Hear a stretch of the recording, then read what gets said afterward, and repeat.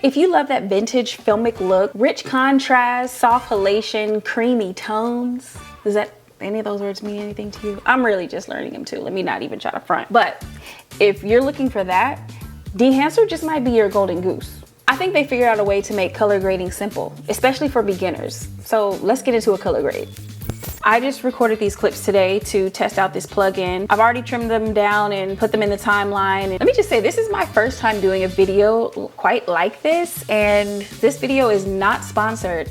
However, Dehancer did reach out to me and they gave me access to the plugin to be able to review for you guys. As you can see, this channel is very small. I'm just now really getting back into a place where I want to start putting out content regularly. So the fact that they have seen some of my videos and reached out and was like, we'd love for you to try out our product is reassuring. So I'm super duper grateful for that. And because of that, I do have a code. You can purchase it with 10% off using my code Brittany Brooks at checkout.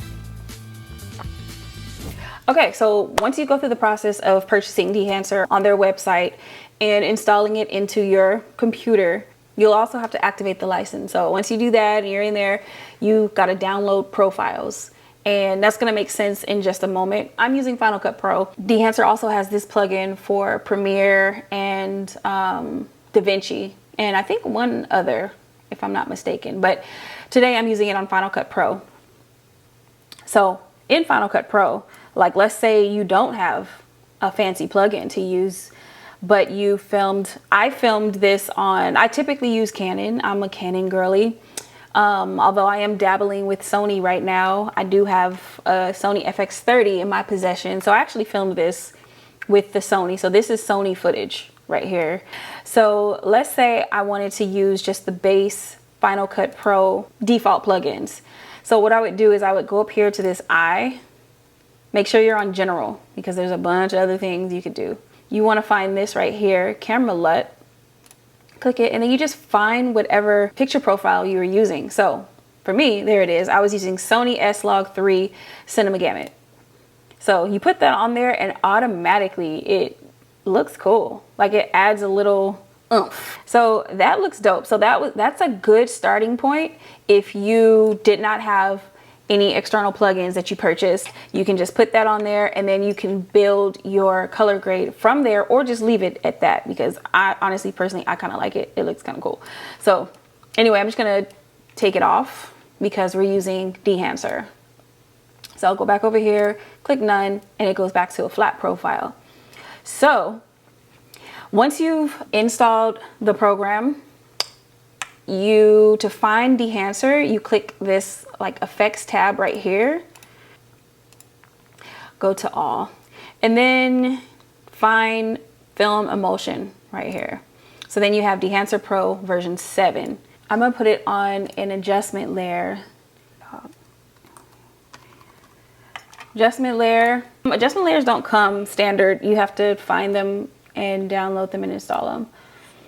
At least as far as I know, I downloaded that one. But you don't have to do it this way. You can apply it directly to your clip. So, got the adjustment layer. I'm gonna put Dehancer Pro onto the adjustment layer. You could drag it over or you can just double click it as long as the clip you want to affect is highlighted. So, straight out the gate, it already gives it a super duper stylized look. So, we're gonna come up here.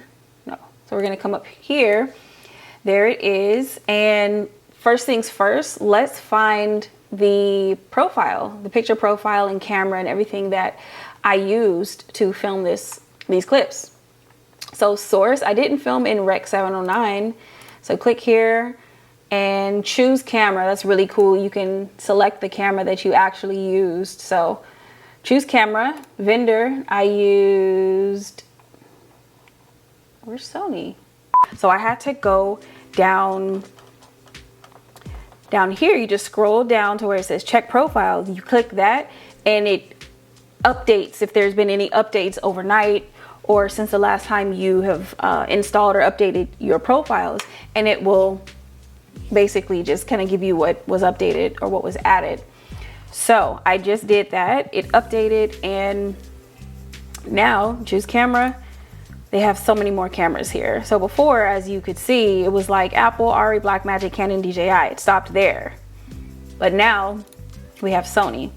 So Sony, and I actually used Sony S-Log 3. So that on there, it's a bit intense and it's very stylized, but it has its own, like own little vibe. So first things first, let's turn everything off and then kind of build it out. I'm really just now kind of playing with this plugin myself, so we're gonna just kind of be learning it together. Okay, so everything is turned off except for the initial, I added the LUT back in. So that's the flat profile, and that's the base with the oh wait, no, hold on, Sony. I'm using a Sony, where is it, FX 30. Boom. Okay, cool. So that actually lightened it up a little bit. So this is the exact picture profile that I used in camera. That looks dope. That looks actually pretty cool. I mean, it's a little moody, but it has a cool look as is, like a soft look. I never really dabbled in like using texture and using grain in my footage. I always kind of go for like a sharper, either high contrast or like slightly crushed blacks to get that like kind of cinematic-y, like teal and orange look. But I think for this, I might play around with some texture and give it like a old grainier kind of vibe, filmic look, you know, like I said in the intro. So this is the exposure. So you can raise or lower the exposure. It looks like it can use, I hate that still, so let's get off of that. Cool, so brightening it up a little bit. Let's see.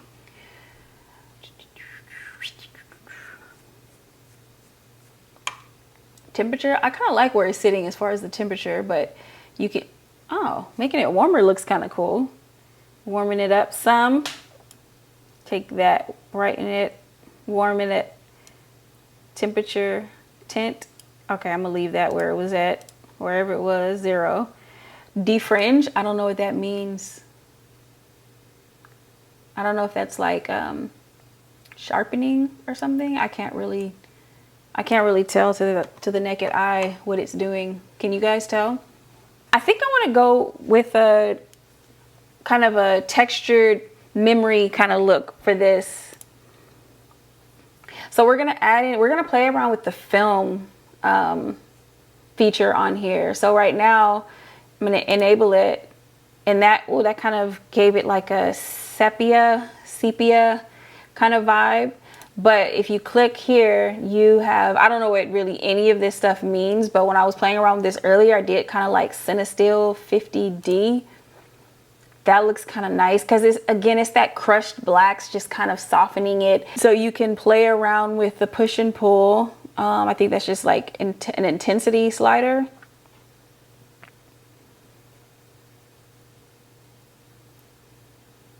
Okay, yeah, I kind of want this little this like series of clips to feel, I don't know, just to make you feel calm.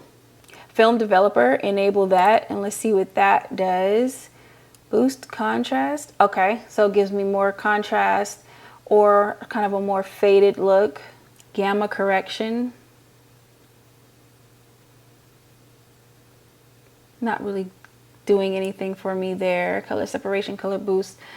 Film compression. Okay, let's see what this does. Okay, so you see it's adjusting the whites. Let's turn that down. I think I like the whites brighter. Tonal range, same. I think I want to go kind of like lighter. It looks like it's adjusting like the highlights. Impact. I think impact just means like intensity. Color density, what's that gonna do? Nothing. Okay. Expand. Oh, okay, so black point. I think this kind of makes your blacks blacker. Let's turn that on. See, yeah, that's making my blacks blacker, which I don't want to do. I want more, a little bit more definition in my blacks. White, whoa, too much. Okay, so you can adjust your whites or you adjust your blacks. Let's leave her right there. Print, I don't know what that means, but let's press some buttons and see. Let's enable print. I don't know what this means, but that's why we're here. Let's press some buttons and see what happens. Linear, it's on linear right now. Cinefilm log, don't like that. Fujifilm print. No, I think we're gonna live with linear. Just kind of given the best for this particular clip. And let's see. Brighten it up some. Tonal contrast, okay. Color density. Okay. Ooh, film grain. Okay, so this is where the grain comes in. Okay, let's turn on film grain. Already you see some texture adding in there. Let's just go extreme to see like a difference. 8mm ISO 50 gives you that. Now let's go opposite end. It looks grainier, I think. I can't really tell. Let's just keep it right in the middle for now. Halation. Let's see what halation does. First of all, let's turn the mask on. Okay, so you can see here where it's like kind of red. It's hard to see. I can't tell if you can see it. Oop, turn my light off. It's kind of hard to see, but the parts that's showing up as red lets you know that that is what's going to be affected with the effect. So let's turn the mask off, and you could see, you can kind of see right here, like on my shoulder, right there, maybe a little bit right here in this red, you can kind of see like kind of a little glow, like a reddish glow. Let's go super 8, makes it more intense. Okay, so the smaller number, the smaller millimeter right here, it'll give you a more intense effect, and the higher the number, the less intense of the effect. But I'm gonna turn halation off. I don't know that it's really necessary. Bloom could be really cool. So let's turn mask on and enable it. So you could see this is where the effect will take place on the image. Anything that's like kind of red. So let's turn the mask off. So right now it's at 35mm, super 35, and you can kind of see this glow in those areas. It looks kind of like a halo, kind of gives you like a halo vibe. And you can adjust the intensity of that based on these numbers right here. So 8mm is going ham. I definitely look like a memory right now. So if you're filming something and you're going for that, like you want to create a memory, like make a scene look like a memory, this is really cool for that. Now let's tone it down all the way to the other end. You can also do custom. Oh, nice. Okay, you can play around and literally create your own, but I'm gonna just keep it default here, and that's just like a subtle one. I kind of like it.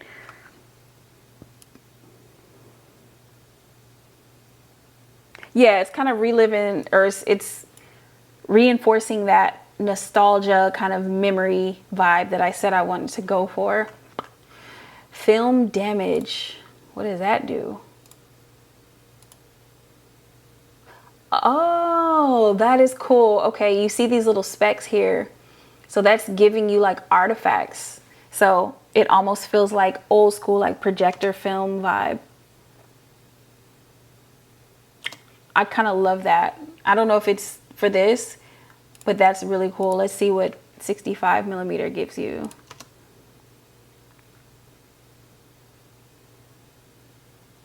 A little something, something, little specks here and there. I'm gonna leave it. I'll allow it. Film breath. What is that? Okay, my mouse is acting delayed. What is film breath? Come on. Oh, you see those little specks of light popping in and out? That's what that is. That's kind of cool. I'm gonna turn it off though, but that is really cool. This is definitely like if you're trying to do memory. Gateway weave. Let's get back to something. Gateway weave. What does that do? I don't know. It just bounced in closer.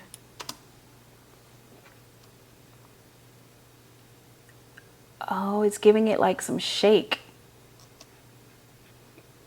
Okay. Okay, gateway weave. Bust down. And then of course there's vignette, exposures, feather. There's all the basic things. There's so much you could do. There's a lot to delve into here, but this is like, let me go ahead and let that render. But yeah, this is a new lane for me, doing stuff like this. I like I said, I stumble into everything that I do, and I don't claim to be the professional at anything. So that's why this review is very much like, oh, because I'm figuring it out too. I'm still figuring out color grading as a whole, period, let alone a fancy plugin. But let's see what is giving.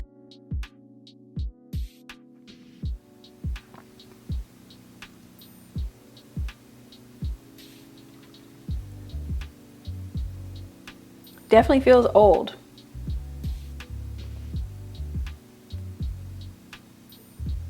Still feels a little choppy, but I don't know if that's because of an edit or some other reason.